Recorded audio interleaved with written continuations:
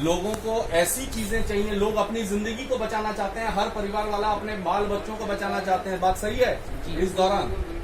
तो अगर बाल बच्चों को बचाना चाहते हैं तो उसके लिए आदमी हर प्रयास कोशिश करेगा, भले ही वो अपना खाना कम खाए लेकिन कोशिश करेगा कि घर का हर आदमी स्वस्थ रहे, सुखी रहे। उसके लिए हमारी कंपनियों के अच्छे प्रोडक्ट्स हैं, ठीक है। लेकिन जो सर ने बात करी कि नेटवर्क मार्केटिंग क्यों, नेटवर्क मार्केटिंग में ऐसी क्या बात है? और भी तो काम है।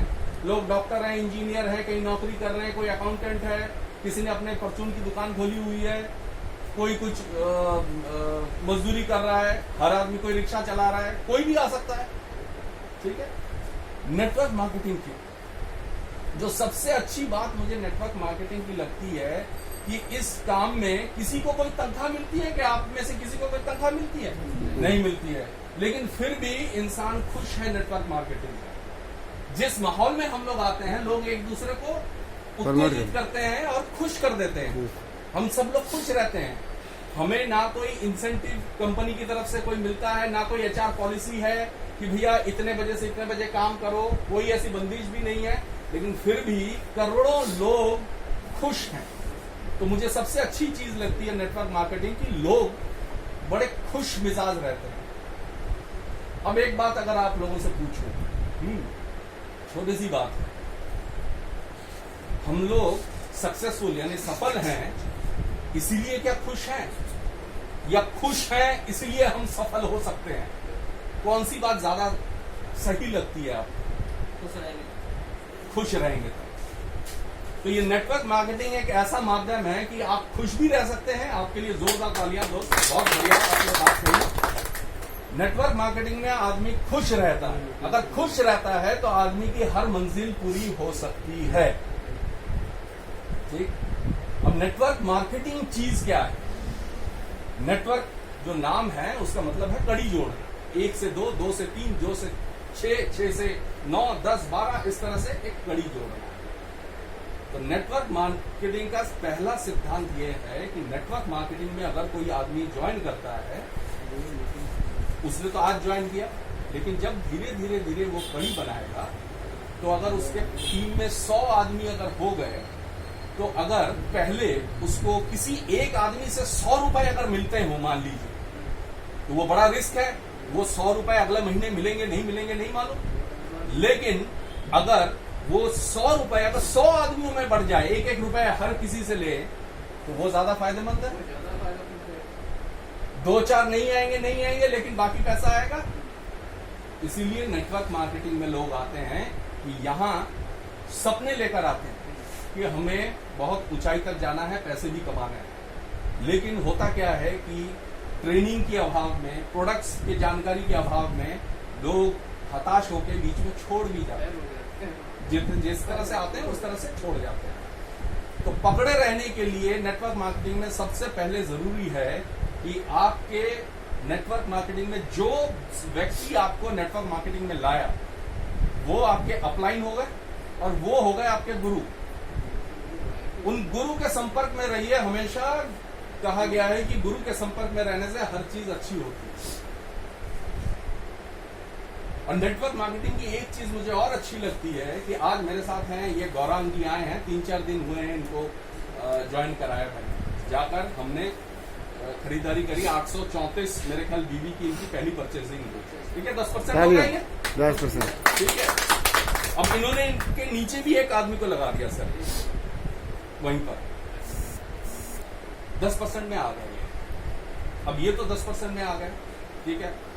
चीजों को अब इन्होंने खरीदा है, इस्तेमाल भी कर रहे हैं, ठीक है।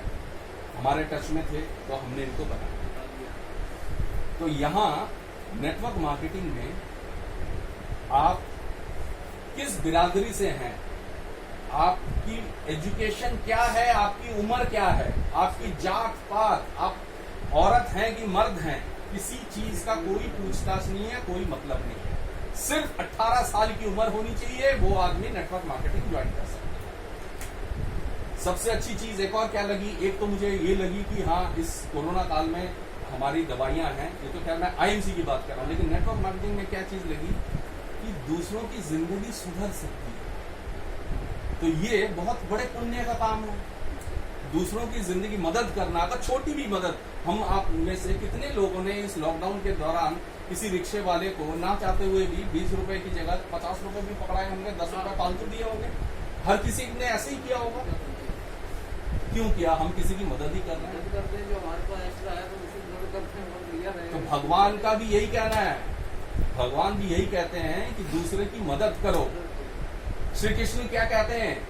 अर्जुन और श्री कृष्ण, अर्जुन के सखा थे श्री कृष्ण।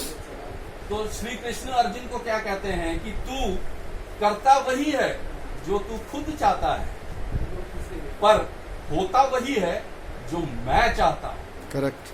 ठीक है?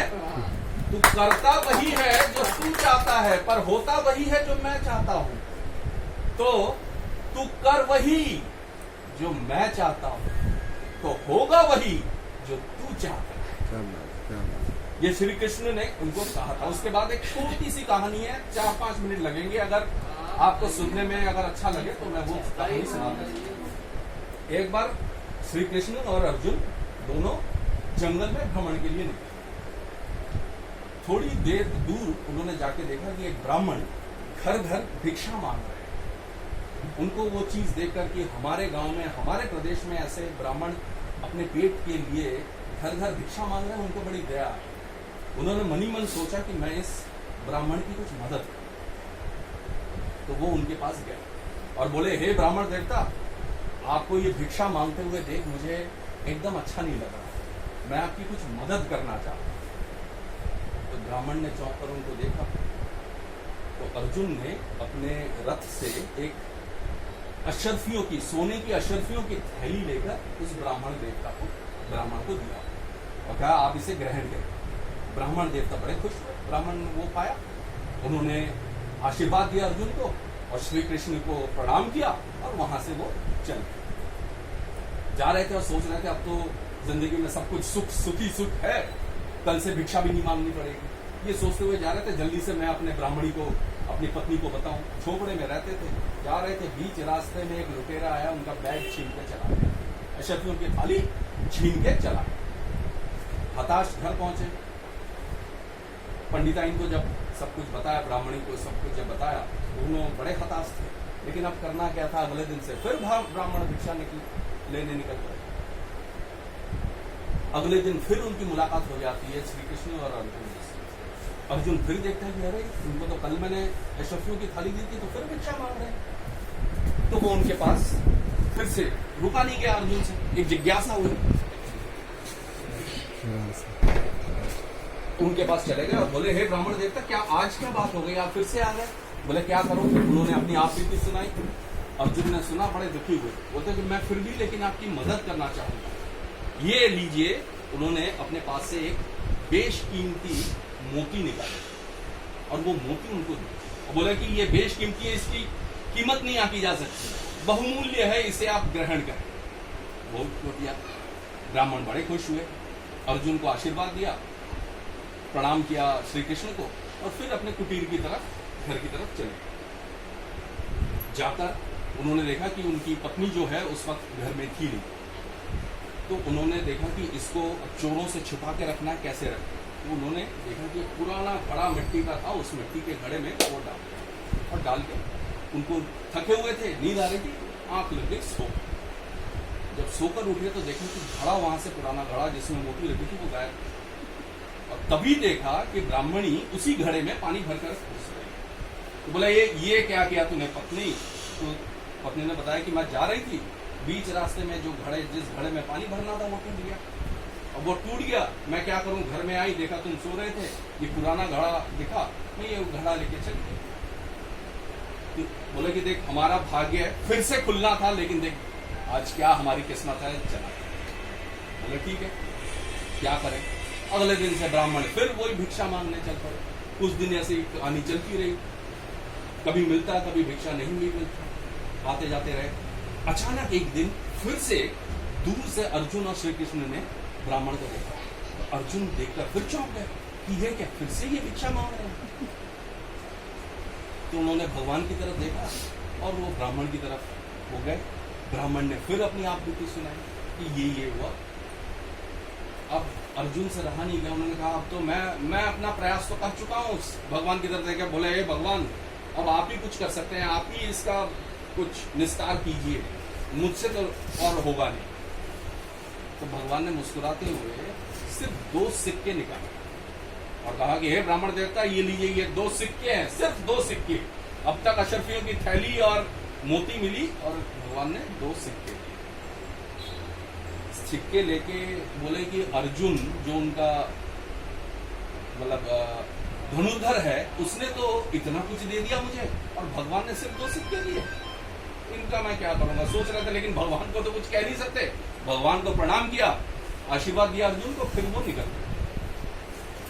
सोचते हुए जा रहे थे कि अरे इससे तो अर्जुन ही बेहतर थे कि चलो भैया कुछ दे दिया इन्होंने तो ऐसे फ्री में टरका दिया। चलो वो गए, वो 2 सिक्के लेके जाते हुए सोच रहे थे 2 सिक्कों का क्या करूंगा, चलो किसी को दान दे दूंगा। थोड़ी दूर उन्होंने देखा एक मछुआरा आ रहा था, जाली थी उसके हाथ में, और उस जाली में एक सुंदर सी छोटी सी मछली फंसी हुई थी जिसमें अभी भी प्राण बाकी थे। तो ब्राह्मण ने कहा, मछुआरे को देखकर, और ये जो ब्राह्मण जा रहा था, तो मन ही मन सोचा कि ये 2 सिक्के तो मेरे किसी काम के नहीं है, मछुआरे को दे देता हूँ और बोलता हूँ कि भैया इस मच्छी को जो है इसमें प्राण बाकी है, इसको छोड़। उन्होंने वैसा ही किया, 2 सिक्के जो मजदूर को दिए और बोले कि आप इसकी जान बचा, ये सुंदर सी मछली है। तो बोले अब मैं कहाँ जाऊंगा नदी की तरफ, ब्राह्मण देवता आपका तो कमंडल है, कमंडल में पानी भी है, उसी में डाल लीजिए मछली को, आप जब घर जा ही रहे वहां पे छोड़ दीजिएगा नदी। तो बोले ठीक है वही दे दो। वो चल पड़े, नदी के पास पहुंचे और जैसे ही प्रवाह करने यानी कि मछली को पानी में डालने गए तो उन्होंने देखा मछली के मुंह में वही मोती फंसी हुई थी जो मोती उनकी मिसेस जब गई थी पत्नी पानी भरने तब वहां खो गया था, पानी में चला गया। तो जैसे ही वो मछली को प्रवाह करने गए, मोती जो है कमंडल में जाके गिर गया। खुशी से उनका ठिकाना नहीं रहा, वो चिल्लाने लगे, मिल गया मिल गया मिल गया मिल गया मिल गया। जैसे ही मिल गया चिल्ला है तो पीछे से वही लुटेरा जो उस दिन लूट के जा रहा था वो बगल से गुजर रहा था। उसने कहा अब तो ब्राह्मण ने मुझे देख लिया, पकड़ लिया, भाई अब तो मैं नहीं बच सकता। तुरंत वो आ गए उनके चरण पर कि भाई हे प्रभु, हे ब्राह्मण देवता, मुझे सजा मत देना, मैं तो लुट जाऊंगा, मर जाऊंगा। ये लो आपकी अशरफियों की थैली भी पकड़ा। अब दूर से नजारा देख रहे थे श्री कृष्ण और अर्जुन। अर्जुन को कुछ समझ नहीं आया, पल्ले नहीं पड़ा। बोले कि ये तो मेरे समझ के बाहर है, भाई ये क्या हो रहा है। बोले हे सृष्टि देवता भगवान श्री कृष्ण, अब आप ही इसकी बुद्धि सुझाइए, हुआ क्या। बोले कुछ नहीं वत्स, ये इसके ब्राह्मण के कर्मों का फल है। अब याद करो वो पहला दिन जब तुमने सोने की अशरफियों वाली थैली पकड़ाई, ब्राह्मण ने अपने ही बारे में सोचा, अपने ही सुख के बारे में सोचा, ठीक, उसको उसका परिणाम मिल गया। फिर दूसरे दिन जब तुमने उनको मोती दी, फिर वो अपने बारे में ही सोचने लगा। लेकिन देखो इन सिर्फ 2 सिक्कों का कमाल कि वो दूसरों की मदद करने की सोचने लगा। बस उसकी इसी सोच का फर्क है, इसी सोच का फर्क है। जैसे ही उसने अपनी सोच बदली, उसकी किस्मत बदल गई। इसलिए भगवान श्री कृष्ण कहते हैं कि जब भी मौका लगे दूसरों की सेवा करो। किस रूप में वो मौका, वो सेवा आपके पास वापस आती है इसका आपको मालूम नहीं, लेकिन ये चीज होना तय है, किसी न किसी रूप में आ जाता है। तो भैया ये मैंने देखा कि ये जो हमारा IMC है, ये नेटवर्क मार्केटिंग है, ये लोगों की भलाई तो है, जिंदगी बदलने की कला